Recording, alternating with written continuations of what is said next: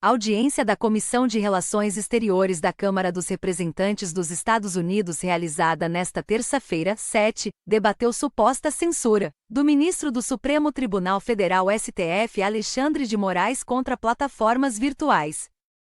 Durante a sessão, uma deputada republicana mostrou uma foto do magistrado, enquanto enumerava supostas ilegalidades cometidas por ele. Outra congressista democrata classificou o encontro como a apresentação de uma visão distorcida da democracia brasileira.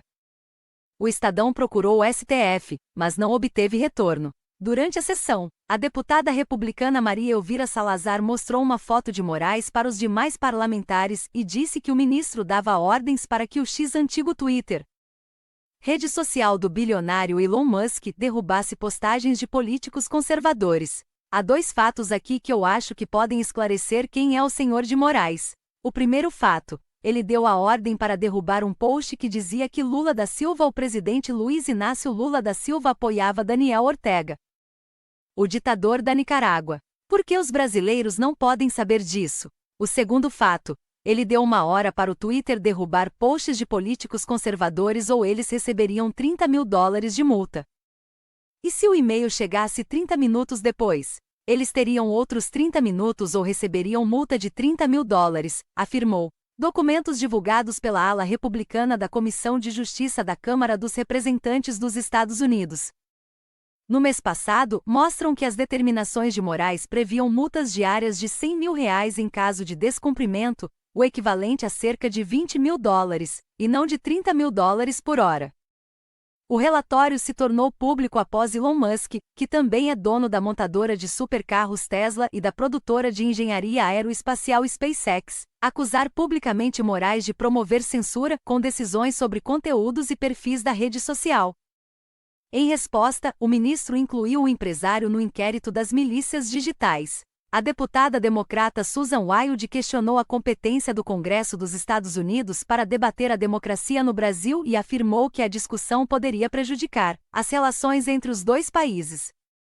Wild também confrontou o presidente do colegiado, o republicano Michael McCaul, indagando qual foi a iniciativa da comissão para discutir a suposta tentativa de golpe de Estado após as eleições de 2022.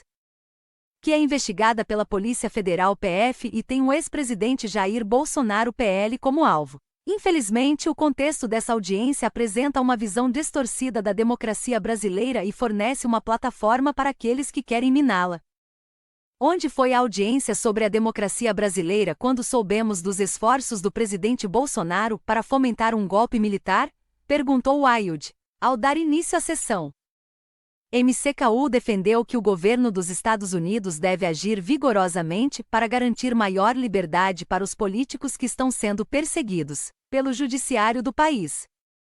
Segundo ele, os brasileiros estão lidando com a democracia, morrendo em plena luz do dia.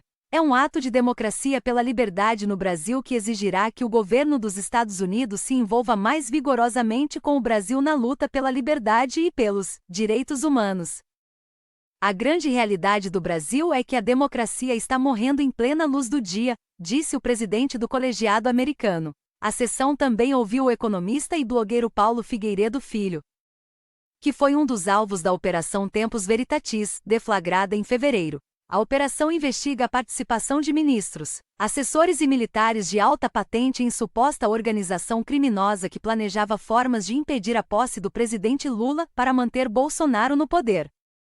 Paulo Figueiredo Filho é neto João Batista Figueiredo, o último presidente da ditadura militar de 1964 a 1985. De acordo com a PF, ele fazia parte de um grupo responsável por incitar militares a aderir ao golpe.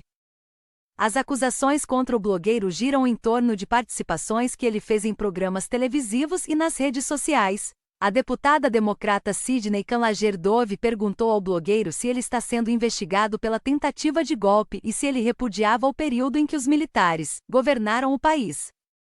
Figueiredo Filho se negou a responder os dois questionamentos. Isso não tem nada a ver com essa discussão, afirmou. Em outro momento da sessão, Figueiredo Filho afirmou que concorda com a decisão de Bolsonaro em estimular a celebração do 31 de março, dia que deu início ao golpe militar de 1964 nos quartéis Segundo o blogueiro, a ditadura foi uma forma de impedir o avanço do comunismo no país. Não queríamos que comunistas fizessem parte do Brasil como fez em Cuba e em outros países.